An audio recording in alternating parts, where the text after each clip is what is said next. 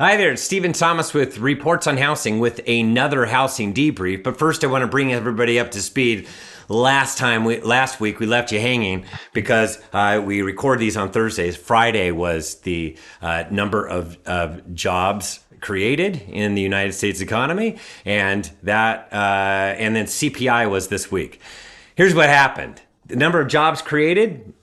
It was a little bit higher than expected, but also came out unemployment, and unemployment rose to 3.9%. So it was kind of like this mixed bag. And when you peel it back, there really wasn't a lot either way. If you were rooting for a negative report or a positive report, it was just about right in there, so it didn't really move the market at all. We had CPI this week. CPI was also one of those things where you had headline inflation because of fuel actually go up and a couple other reasons why it went up. But you have core inflation, which strips out the volatility of fuel and food, and it actually went down 0.1%. And if you look at that, and part of that is shelter. Shelter, that owner equivalent rent, kind of did the right thing this last report, and it went down also. So it's moving in the right direction. If you look at what's going to happen over time, it looks like it's going to be going down slowly but surely, because you know what? Economics is slow and boring. It's not all exciting where we get these big drops, and that's what everybody expects. But unfortunately, that's not what you get. And so overall, we see that we're going to get inflation back down into the twos by the end of this year. We'll be someplace. It won't be exactly where the Fed wants to be, but they know that there will be very close. That's why they have to. They're too restrictive now that they have to make a change sooner rather than later.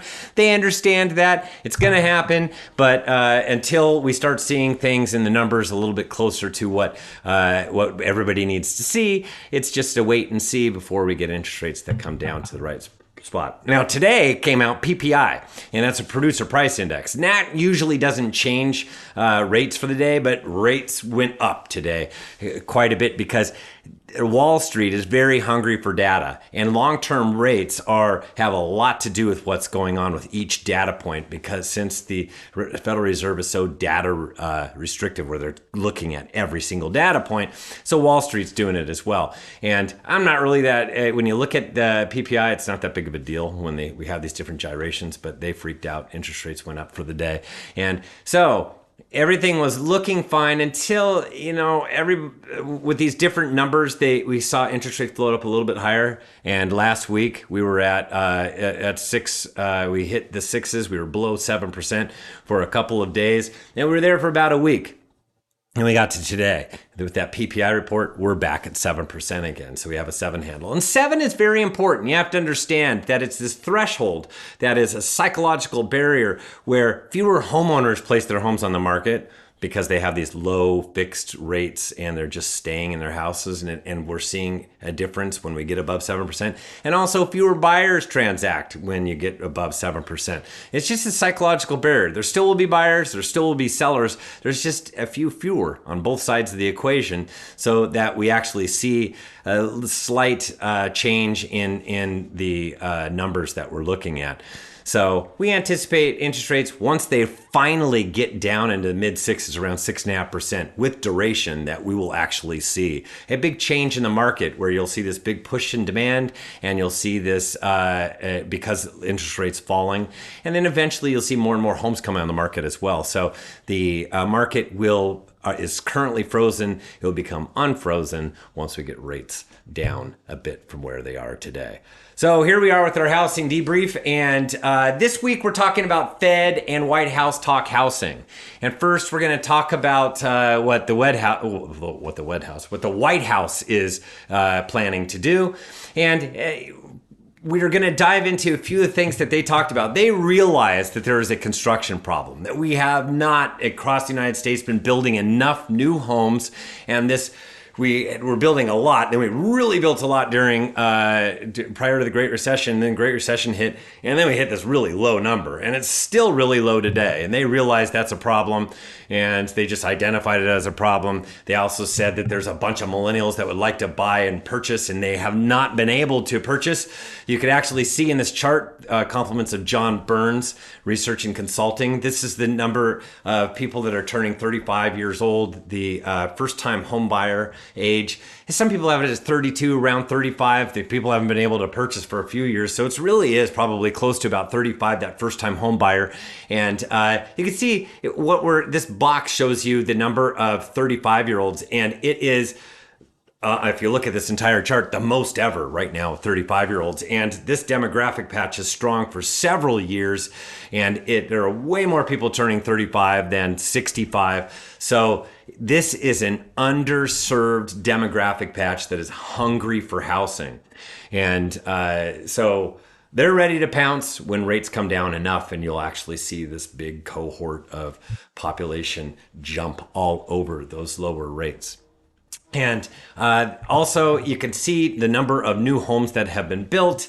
You can see that over time on the left-hand side, leading up to the Great Recession, there was this certain amount, but the population was a lot smaller when you go way back in time. But when you get right prior to the Great Recession, you can see how many units were being built. And now it really crashed right after the Great Recession. Slowly but surely it's starting to make its way up. But when you draw a line across, we're right now at about mid-1990s levels. And that is not enough homes that are being built currently right now. And that's an absolute issue that needs to be addressed. And another thing is you could see the size of new single-family homes. The median, which is what most economists prefer median, not averages. That's the blue line. Back in the day in 2000, you could see 2000 was the median sales price, median sized house, which means you had homes that were like 1,400, 1,500 square feet, which is that entry level that has been underserved. Now you have homes right now, even more recently, it's still at about 2,300 square foot is the average home. So which means that we're not building those 1,400 square, 1,500 square foot homes. So that's a problem. And that's because builders are faced with paying all kinds of these exorbitant fees. There's a lot of red tape. And as a result, their red tape is so thick that it doesn't cost that much more to build a big house versus a small house. So what are they going to build? They're going to build these big houses that they can make a lot more money per new home that is sold. So once again, that entry level is being underserved, and we're not building enough. And there is a solution to this problem. There are solutions that will be thrown around by the Federal Reserve and also the White House. We'll get into the White House's plan. But first, I want to bring in our sponsor. Thank you so much. Lee McMahon. She is incredible what she does. She's with Movement Mortgage. She's an impact lender. You can see she's got a lot of credentials, a 5-star professional, 2023 market leader. She was in the Fortune December 2023 and January 2024 issue. And she's very, very involved with Verup as well as Camp. She is involved. Mortgage that means more is what Movement Mortgage is all about. And they have more products for their borrowers. They have impact lending, movement boost, and community assistance. They have renovation programs. They have purchase advantage, lock and shop, secure and sell. That means you allow builders and homeowners to buy down and lock in rates to make homes more affordable and potential buyers. They have buy down programs. They've got tons of programs. Lee McMahon. Movement is committed to both lightning fast processing and impact, and accurate upfront underwriting and impact, and a full array of loan products and impact. And they are bringing in California Housing Finance Agency. There is a seminar that is Saturday, March 23rd from 12 to 1:30. You can join them. You can contact Lee McMahon, but they're trying to deliver education. You can learn about the new California Dream, shared appreciation loan, and other assistance programs, home insurance, inspections, warranties, and more. They will bring it all in to help you understand the pathway to home ownership, and there are various programs that you can tap into that can help that dream come true. And you can contact Lee McMahon. She's your loan officer directly at 949-239-4252. That's 949-239-4252. That's Movement Mortgage. Mortgages that mean more. Lee McMahon. Thanks, Lee, for your sponsorship. We really appreciate it. And now back to the White House's plan. The White House's plan is, but first, I need you to understand that we had this supply glut during the Great Recession, and we're not going to get anywhere close to that. Since then, we've come down and we have supply scarcity. There are no homes available, very few across the United States. We're at a threshold where there's only like 1,030,000 homes that are available right now. That's just not enough homes when compared to all other times. During the Great Recession, there were 4 million homes. That's called supply glut versus the supply scarcity that we've been dealing with for such a long time. And there doesn't really seem to be an answer for creating enough supply for there to be values that stay pat or go down a little bit like so many people are hoping for. So the White House's plan is that they have this $10,000 tax credit for first-time buyers. Now, the last time we saw a tax credit was during the Great Recession, and they were trying to get first-time home buyers in to create more demand. But you know what? Values were coming down fast enough and far enough where it was starting to incentivize a lot of buyers to get in because values were doing great and interest rates were coming down. So the combination of the two, that was creating a demand by itself, but then introduced a tax credit, a $10,000 tax credit. Of course, a lot of people took advantage of this. And right now, I just showed you the supply side problem. What does this do? Does this address the supply side issue? Absolutely, it does not. It doesn't, because it is. This is the demand side of the equation. This is just going to could create more demand at the end of the day. But they're talking about a $400 per month for 2 years tax savings. So the longer you're in your house, of course, the more that you're going to save for those first-time home buyers. It's same as lowering rate by 1.5%. for 2 years. So it's like this buy down for 2 years that the White House has introduced with this $10,000 tax credit.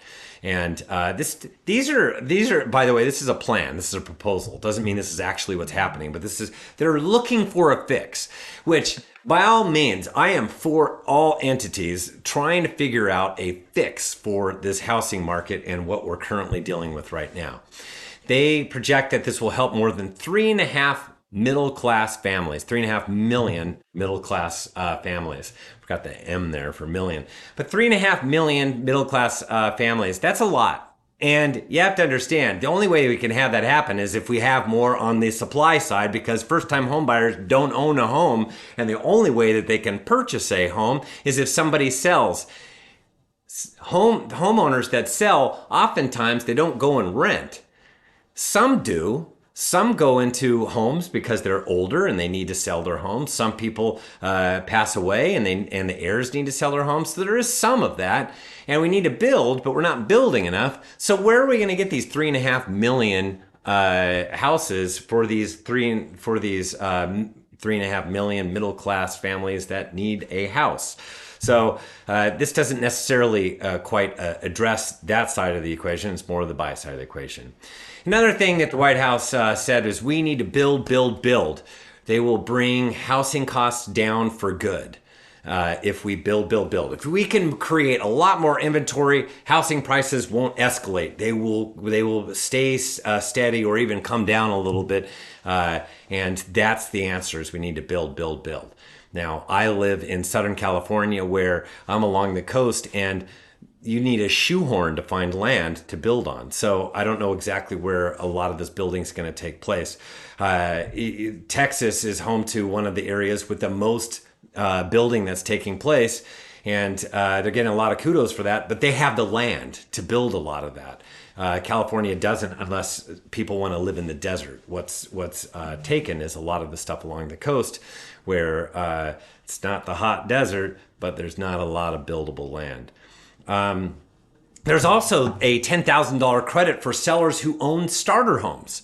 And so you're wondering, what is this? So this is trying to address this supply side by incentivizing homeowners that own homes that are below the median home price. So if a median home price for an area, let's say hypothetically, is 500,000, if a home sold for less than 500,000, these sellers can take advantage of it's a 1-year $10,000 credit for sellers who own starter homes. So what they're trying to do is they're trying to get people to sell their homes that are less than these gigantic homes that are being being sold, and serve the population that's looking for first-time homes to purchase. So this is also has to sell to another owner occupant. So you can't sell this to an investor. You can't turn it into a rental. It has to be another owner occupant. And they project that this would help nearly 3 million families. Now, I have been doing economics for a long time, and I've seen a lot of proposals from all kinds of different walks. And when you see proposals on anything from housing, even if it's from industries or if it's from governments, they tend to turn up the dial when they say the number of families that will actually help and serve, and the numbers that actually end up being helped and served is far less than estimates like what we're putting together here with 3 million families. First generation is another plan, first generation down payment assistance. And what this is first time home buyers whose parents do not own a home. So they're the first generation to ever purchase a home. They'll get some help on the down payment assistance. And it's at or below 120% of the area median income, or 140% for high cost areas like where we live, myself in Orange County, California. So it's the median income and a little bit more than that. So that first generation that's never owned before, they're trying to get people into homes and celebrate a success of the first generation to be able to purchase a home. And what this first generation down payment assistance looks like is for down payments, it's for closing costs, it's for points to get a better rate. You pay points and the interest rate comes down. So this is what they're proposing as well. Now, I'm an economist, and I need to be, I'm not political, I'm not either side. That's not how I am. I want to take things on face value. I want to applaud any government agency that is trying to figure out a way out of this Pandora's box, and that is this real problem with housing, where housing is frozen. Housing is frozen on both sides of the equation, supply and demand.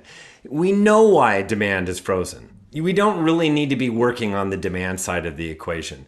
The demand side of the equation will come once interest rates fall, and it will invite more people. I'm not saying you scrap any of these low income programs that are out there. Those are absolutely fantastic, and they serve different people. But the big giant $10,000 first time home buyer credit to any first time home buyer, you know what? We shouldn't be giving that as a gift to everybody. When I purchased my homes, or when I purchased my first home, and a lot of people did, they didn't get this gift. And I was sweating bullets after the first time I bought a home, and most first-time home buyers do. However, it's one of those adult, mature decisions that you have to make. And like I said, we really don't need to be looking at the demand side of the equation. I think the number one area that we have to be looking at is the supply side, with cutting the red tape for building. And that has to do with states and local. And I don't know how you apply pressure there, but at least we're starting the conversation someplace, because that's really where it comes down to. Because if you really want to address the need for first-time home buyers, you'll make an entry-level home more available across the country. And there's a whole bunch of other things they put into the plan. I'm not going to get into the nitty-gritty of it all. And some of it is, you take those old strip malls, the old commercial property, commercial buildings that are out there, and you create mixed use and you create new homes. And there definitely is a place for that. That's what we're seeing with the shoehorn fix here in Southern California, to get your shoehorn out. And we're seeing the demolition of malls and shopping centers. And in exchange, you have like mixed use with restaurants as well as places to live. So that's kind of what we're seeing. Now let's really quickly talk about the Federal Reserve and what they've seen. And they're, you know what, they know that they wrecked both this demand and supply side of things. They thought that they were going to be able to fix the housing market, and they started talking about that in 2022, that they were going to fix the housing market and create a better balance with more supply and better imbalance with demand. Well, that doesn't really occur, they've realized, because when they ratcheted up interest rates, not only did it kill demand, but it killed supply. And the overall housing market, like we've talked about, is completely frozen. There are transactions that are taking place, but we're at lows that go back like decades. So that like decade lows is because of the lack of homes that want to homeowners that want to sell, as well as the lack of buyers in the marketplace because interest rates are a little bit too prohibitive and affordability isn't the best. So this is what Jerome Powell said, and he stated in his congressional testimony last week that the housing market is in a very challenging situation right now. You have this longer run housing shortage. He realizes that. At the same time, you have got a bunch of things that have to do with the pandemic, inflation, and a response with higher rates. So they know that this housing shortage isn't going away even with these higher rates. And they realize that a lot of people can't buy homes because of these higher rates. And they know home ownership is unaffordable completely.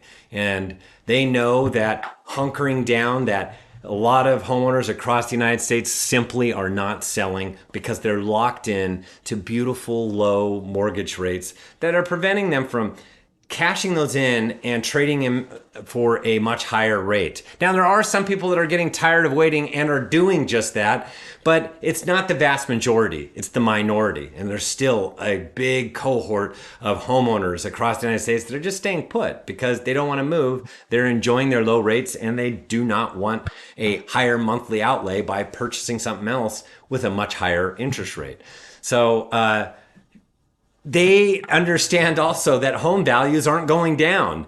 That as a matter of fact, they know that home values are going to go up once interest rates fall.